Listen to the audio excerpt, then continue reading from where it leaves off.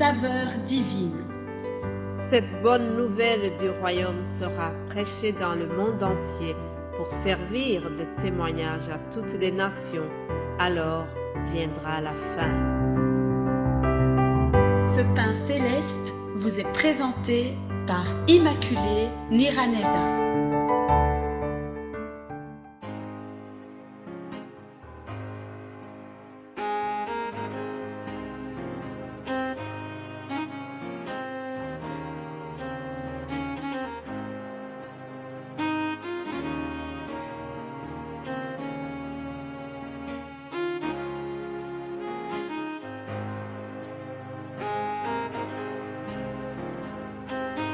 Bienvenue très chers amis à l'écoute de cette émission. Que le nom de l'Éternel soit loué. Je rends grâce à Dieu qui me donne encore le souffle de vie ce matin. Je bénis l'Éternel qui m'a fait cette grâce de pouvoir me lever, me réveiller et vous parler en partageant le pain céleste. Alléluia. J'espère que de votre côté vous allez bien aussi. Rendons grâce au Seigneur qui nous a fait passer tous au mois de février et demain nous commençons déjà le mois de mars. Que le temps passe vite, chers amis. Je voudrais rendre honneur à l'Éternel. L'Éternel est près de ceux qui ont le cœur brisé et il sauve ceux qui ont l'esprit dans l'abattement. Le malheur atteint souvent le juste, mais l'Éternel l'en délivre toujours. Alléluia. Ah, l'Éternel renverse les desseins des nations. Il anéantit les projets des peuples. Heureuse la nation dont l'Éternel est le Dieu. Alléluia. Heureux le peuple qu'il choisit pour son héritage. Alléluia. L'Éternel regarde du haut des cieux. Il voit tous les fils de l'homme. Alléluia. Notre Dieu est grand, notre Dieu est bon. Nous voulons vraiment rendre honneur à l'Éternel avant de commencer cette semaine. Et j'espère que vous avez rendu honneur aussi à l'Éternel avant de commencer la semaine. Chers amis, c'est vraiment une joie d'être au service du royaume céleste dans les moments pareils. Nous sommes dans des temps difficiles, chers amis. Je suis affectée par la situation actuelle en rapport avec les peuples ukrainiens et russes qui sont bombardés. Soyez rassurés, je ne fais pas du tout la politique. Mais en tant qu'humain, je suis contre tout le sang qui est versé inutilement, le sang des innocents qui est versé. Cependant, de cette guerre, il y a une réflexion spirituelle qui m'est venue à l'esprit. C'est l'Ecclésiaste chapitre 7 au verset 14. Je vous lis ce verset. Au jour du malheur, sois heureux, et au jour du bonheur, réfléchis.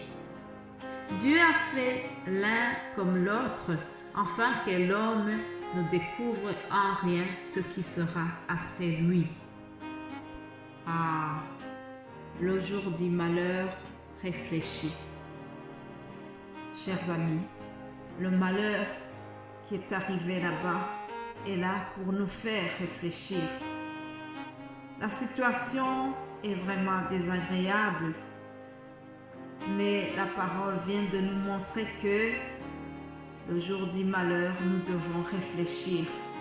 Que tu sois chrétien ou non, Dieu t'invite à réfléchir.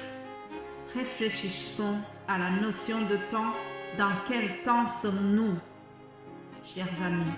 Sommes-nous dans ce temps que Jésus a annoncé dans Matthieu 24? Les derniers temps. Nombreux sont ceux qui crient « Maranatha, viens Seigneur ». Nombreux sont en train de prier en disant « Seigneur, Seigneur, quand est-ce que tu viendras enfin de prendre ton Église ?» J'imagine que lorsqu'on se réveille sous le bruit des bombes, on crie à Dieu en disant « Dépêche-toi Seigneur, dépêche-toi, quand est-ce que tu viendras ?» La vie est amère, comme si le coronavirus n'avait pas suffi. Voilà qu'une guerre vient s'ajouter à tout cela. Et elle risque de se prolonger et de s'étendre. Et nous, en tant que chrétiens, nous disons, Seigneur, quand est-ce que tu viendras accomplir ta promesse? Seigneur, quand est-ce que tu viendras nous chercher? Oui, tu l'as promis. Quand est-ce que tu viendras, Seigneur? Si tu as fait la même prière que moi, je voudrais te donner la réponse. Sache que au temps fixé de Dieu, le Seigneur viendra. Au temps fixé du Père Céleste, le Seigneur Jésus-Christ reviendra chercher son Église. Au temps fixé de Dieu, il exauce nos prières. Et cela nous fait entrer dans le thème de cette semaine. Au temps fixé de Dieu, il exauce ta prière. Au temps fixé de Dieu, il accomplit les promesses. Lisons Genèse 21, chapitre 2. Sarah devint enceinte et elle enfanta un fils à Abraham dans sa vieillesse, au temps fixé dont Dieu lui avait parlé. Alléluia! Au temps fixé dont Dieu lui avait parlé. Chers amis, toute la semaine, nous allons vous parler de cette notion du temps fixé par Dieu. Lorsque le temps fixé par notre Seigneur arrive, il exauce ce qu'il t'a promis. Alors, tu es en train de m'écouter en ayant une promesse qui tarde pour se réaliser. Tu es en train de m'écouter en te disant, en pensant que on t'a menti, en pensant que ce n'est plus possible. Peut-être que tu es découragé d'attendre, mais je voudrais te dire que au temps fixé de Dieu, il va le faire. Sois patient. Reste dans la sainteté. Continue de patienter. Dieu ne t'a pas menti, loin de là. Ce n'est pas un homme pour mentir. Au temps fixé de Dieu, il le fera. Au temps fixé de Dieu, Sarah est devenue enceinte. Au temps fixé de Dieu, le Messie annoncé est arrivé. Au temps fixé de Dieu, Abraham a vu sa promesse se réaliser.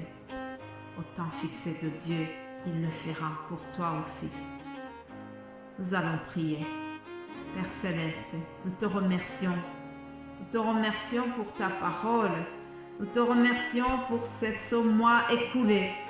Nous te remercions pour la semaine qui est devant nous, Seigneur. Le mois qui est devant nous. Je te remercie, Père, parce que tu nous as mis dans ton ouvrage. Merci, Seigneur, d'avoir fait de nous tes ouvriers. Merci, Père, d'avoir fait de nous tes témoins. Je prie, Seigneur, que tu continues à nous fortifier. Continue d'accompagner cette parole que nous allons partager à ton peuple. Que toute la gloire te revienne. C'est au nom de Jésus-Christ que j'ai prié. Amen.